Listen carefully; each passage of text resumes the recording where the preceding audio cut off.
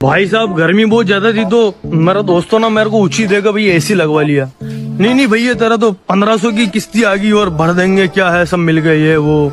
भैया ठीक है लगवा ली। भैया हवा तो ठंडी आई थी पर बिल बहुत गर्म आया यार। भैया 1500 की किस्त तो 7 तारीख को है, 5000 का बिल 1 तारीख को ही आएगा।